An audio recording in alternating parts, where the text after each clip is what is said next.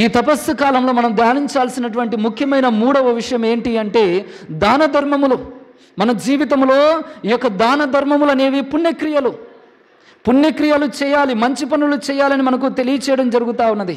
ఈ మంచి కార్యాలు వ్యక్తిగతంగా నీకు నీవుగా, అదేవిధంగా పరుల పట్ల కూడా మంచి కార్యాలు, ఈ యొక్క దాన ధర్మాలు చేయాలి. ఈ దాన ధర్మాలు అనేవి మనకు ఉన్న దాంట్లో ఇంత దయచేయడం వంటిది. కానీ ఇలా చేయడం వల్ల మన యొక్క జీవితాలను మనం సరి చేసుకుంటాం. ప్రభువు జక్కయ్య ఇంటికి వెళ్ళినప్పుడు మనం చదువుతా ఉన్నాం. లూకా శుభవార్త 19వ అధ్యాయం మొదటి 10 వచనాల్లో జక్కయ్య ఉదాంతం మనం చదువుతా ఉన్నప్పుడు అక్కడ జక్కయ్య అంటున్నాడు, ప్రభువా నా ఆస్తిలో సగాన్ని నేను పేదలకు పంచిస్తాను, ఎవరెవరికైతే అన్యాయం చేశానో వాళ్ళందరికీ కూడా 4 రెట్లు అధికముగా నేను వాళ్ళకి ఇచ్చేస్తానంటాడు. అప్పుడు ప్రభువు అంటాడు, ఇదిగో నేడు ఈ యొక్క కుటుంబానికి రక్షణ వచ్చింది. ఎప్పుడు వచ్చింది? అదిగో ఆ వ్యక్తి ఈ దాన ధర్మాలు చేస్తాను అని చెప్పినప్పుడు, అవి ఆ యొక్క కార్యానికి పూనుకున్నప్పుడు ప్రభువు ఈ యొక్క రక్షణ అనేది ఈ కుటుంబానికి వచ్చిందని చెప్పాడు. నిజమే, దాన ధర్మాలు మనల్ని రక్షణకు దగ్గర చేస్తాయి. అనేక సార్లు మనకు తెలియకుండాను ఎవరికో ఒకరికి అన్యాయం చేస్తాం.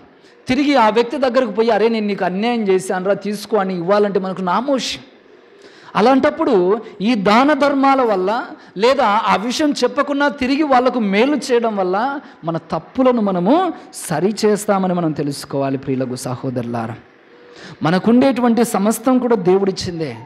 కానీ అయినప్పటికీ కూడా ఈ యొక్క దాన ధర్మం అనేటువంటి ఒక పుణ్య మనస్సు మనకు రావాలని, ఇందులో దేవునికి ఇచ్చే ఉంటాయి, మన తోడి వ్యక్తికి ఇచ్చే ఉంటాయి, మనకు మనముగా ఉంచుకోవాల్సినవి కూడా ఉంటాయి.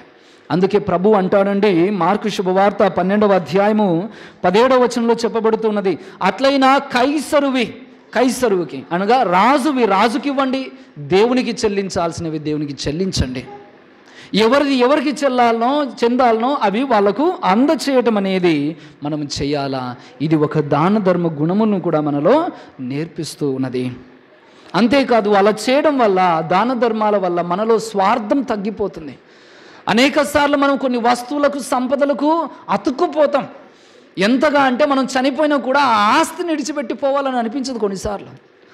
పోనీ నువ్వు తీసుకుపోతావంటే తీసుకుపోవడానికి లేదు, మళ్ళా పోనీ ఇడిచిపోవాలంటే ఇడిచిపోవడానికి మనసు రాదు మళ్ళా.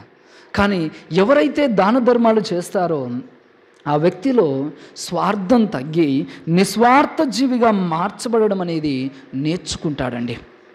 యోబు ఐశ్వర్యవంతుడై ఉండి కూడా అంతా పోగొట్టుకున్నప్పుడు ఒక నిస్వార్థ జీవిలాగే బ్రతికాడు.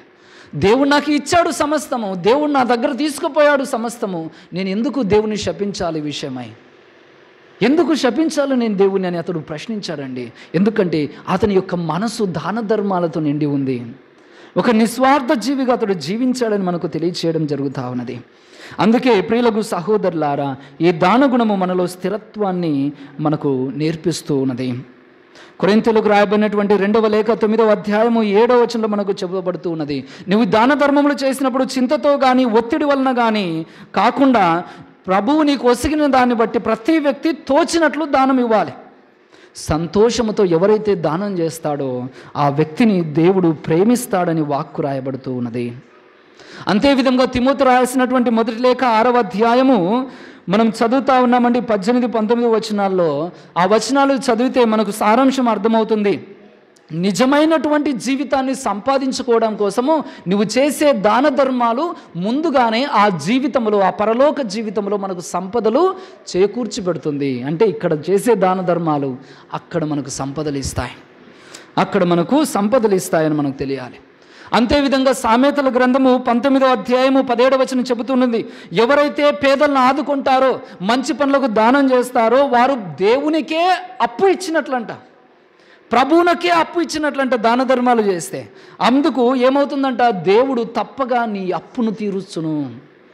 నువ్వు చెల్లించినటువంటి దాన ధర్మాలు ఇచ్చే ప్రతి కానుక దేవుడు తిరిగి నీకు అందచేస్తాడు అని నీవు తెలుసుకోవాలి. ప్రియులకు సహోదరులారా, మరీ గొప్ప మాటలు మనము తోబీతు గ్రంథంలో మనం చదువుతాం. 4వ అధ్యాయంలో, తోబీతు గ్రంథము 4వ అధ్యాయము 7 నుంచి 11 వచనాలు మీరు చదవండి. చాలా చక్కని మాటలు రాయబడతాయి. ఎవరైతే పేదలను ఆదరిస్తారో మీ దాన ధర్మాల ద్వారా దేవుడు మిమ్మల్ని ఆదరిస్తాడు. అది కూడా నీకున్న దాన్ని బట్టే చేయండి దాన ధర్మాలు. నీ స్థాయికి మించి చేయాల్సిన పని లేదు, నీకున్న దాన్ని బట్టే. ఎలా ఉంటుందంట ఈ యొక్క దాన ధర్మాలు చేస్తే? నీవు దాన ధర్మం చేసినప్పుడు నీకు కష్టం వచ్చినప్పుడు నీ ఆపత్కాలములో దేవుడు నీకు ధనాన్ని ఇస్తాడు, నీకు సహాయం ఇస్తాడు. అంతేకాదండి, వాక్కు రాయబడుతూ ఉన్నది. తోబీతు గ్రంథము 4వ అధ్యాయము 10-11 వచనాలు చదువుతా ఉన్నాం. దానము మోక్షమందలి దేవునికి ఇష్టమైన కానుక. దానం చేయడం అంటే దేవునికి ఇష్టంగా మనం ఇచ్చేటువంటి ఒక కానుక అంట. ఈ దాన ధర్మాల ద్వారా మనం ఏమవుతున్నామంట? మృత్యులోకము నుంచి రక్షింపబడతాము, నరక కూపం నుంచి మనం రక్షింపబడతాము, దేవుని సన్నిధికి దగ్గర అవుతాము అని అర్థం. కాబట్టి ప్రియులకు సహోదరులారా, ఈనాడు ఈ యొక్క ప్రార్థనలో మనము దేవుని మొరపెడుతూ ఉన్నాం.